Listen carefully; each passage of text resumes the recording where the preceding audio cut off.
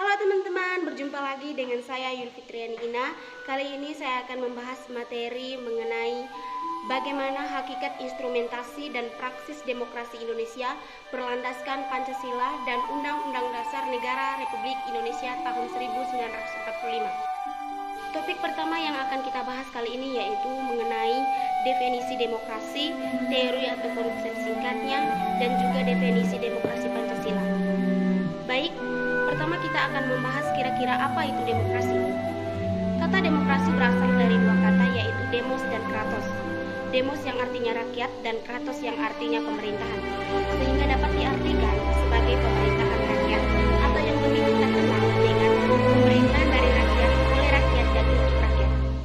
Selain itu, kita juga melihat pengertian demokrasi menurut Hans Kelsen, yaitu pemerintahan oleh rakyat dan rakyat yang melaksanakan kekuasaan negara, wakil-wakil rakyat yang terpilih, di mana rakyat yakin bahwa kehendak dan kepentingannya akan diperhatikan di dalam menjalankan kekuasaan negara.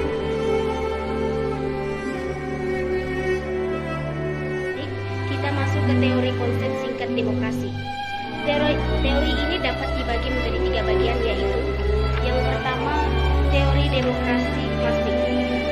Demokrasi dalam pengertian klasik pertama kali muncul pada abad ke-5 sebelum Masehi, tepatnya di Yunani. Pada saat itu, pelaksanaan demokrasi dilakukan secara langsung, dalam arti rakyat berkumpul pada suatu tempat tertentu dalam rangka membahas berbagai permasalahan kenegaraan. Bentuk negara demokrasi klasik lahir dari pemikiran aliran yang dikenal berpandangan tripartisi classification of state yang membedakan bentuk negara atas 3 bentuk ideal yang dikenal sebagai bentuk negara tradisional. Para penganut aliran ini, yaitu yang pertama adalah Plato, dia menyatakan bahwa dalam bentuk demokrasi kekuasaan yang berada di tangan rakyat, sehingga kepentingan umum atau kepentingan rakyat lebih diutamakan atau rakyat diberi kebebasan dan kemerdekaan. Akan tetapi rakyat kehilangan kendali, di mana rakyat hanya ingin mengatur dirinya sendiri dan tidak mau diatur, sehingga mengakibatkan keadaan menjadi kacau yang disebut anarki.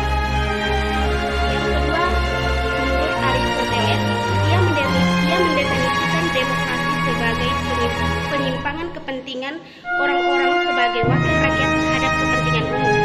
Yang berikut politikus. Demokrasi dibentuk oleh peralihan kekuasaan rakyat. Yang berikut Thomas Aquino. Demokrasi sebagai bentuk pemerintahan oleh seluruh rakyat, di mana kepentingan ditujukan untuk diri sendiri. Teori yang kedua yang akan kita bahas yaitu teori civic virtue.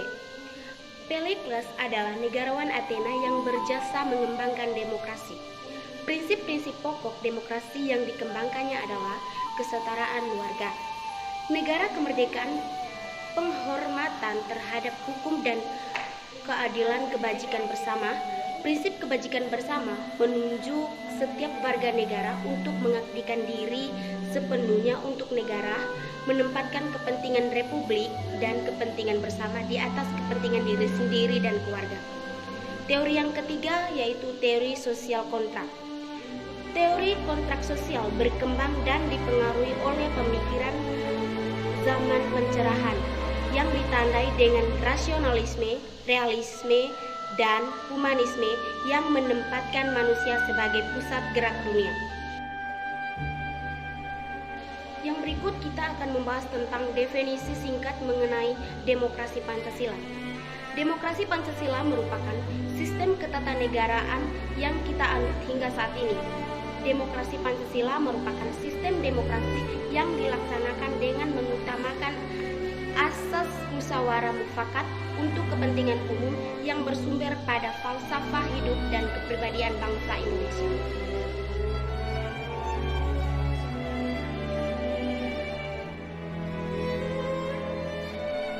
Topik yang kedua, kita akan membahas mengenai latar belakang historis, sosiologis, dan politik tentang demokrasi yang bersumber dari Pancasila.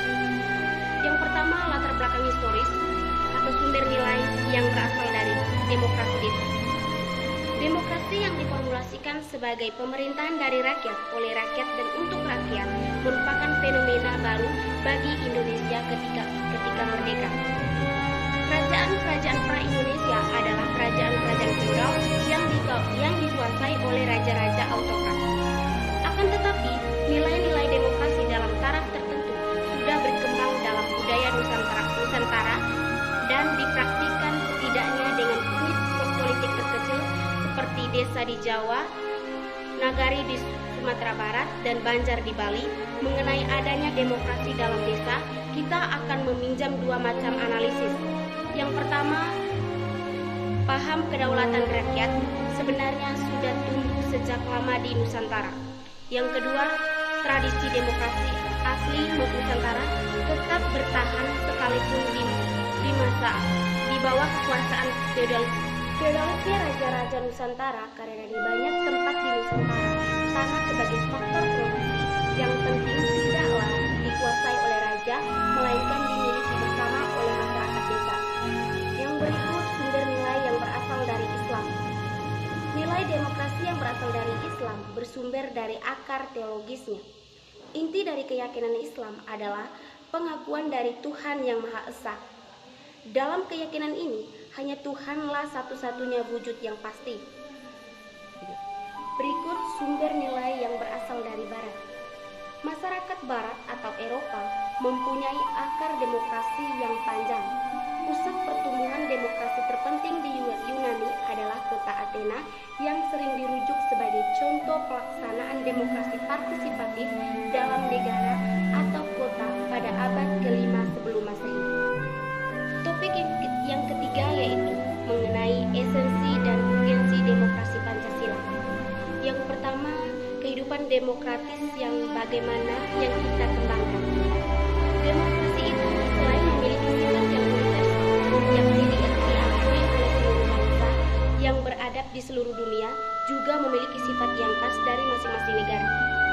Sifat khas demokrasi di setiap negara biasanya tergantung ideologi masing-masing negara.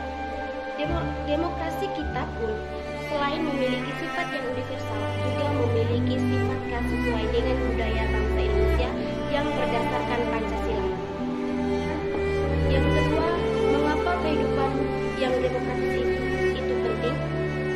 Pada hakikatnya, sebuah negara dapat disebut sebagai negara yang demokratis apabila di dalam pemerintahan tersebut rakyat memiliki kesempatan untuk berpartisipasi dalam membuat keputusan, memiliki kesamaan di muka hukum, dan memperoleh pendapatan yang layak karena terjadi distribusi pendapatan yang adil. Yang ketiga, bagaimana penerapan demokrasi dalam pemilihan pemimpin politik dan pejabat negara. Seorang pemimpin harus memiliki kesempatan yang memadai sehingga ia mampu melindungi dan mengayomi rakyatnya dengan baik. Oleh karena itu, seorang pemimpin harus memenuhi syarat-syarat tersebut. Seorang pemimpin harus memenuhi syarat-syarat tersebut berdasarkan sistem demokrasi yang kita anut. Seorang pemimpin itu harus beriman dan bertakwa, bermoral, berilmu, terampil, dan demokratis. Yang berikut, pemikiran berikut yaitu tantangan demokrasi Pancasila. Negara Indonesia pernah mengalami dinamika ketatanegaraan. Yang pertama, Majelis Permusyawaratan Rakyat atau MPR. Sebelum dilakukan amandemen, MPR merupakan lembaga tertinggi negara. Setelah amandemen, MPR menjadi dengan fungsi saling mengawasi dan mengimbangi antar negara.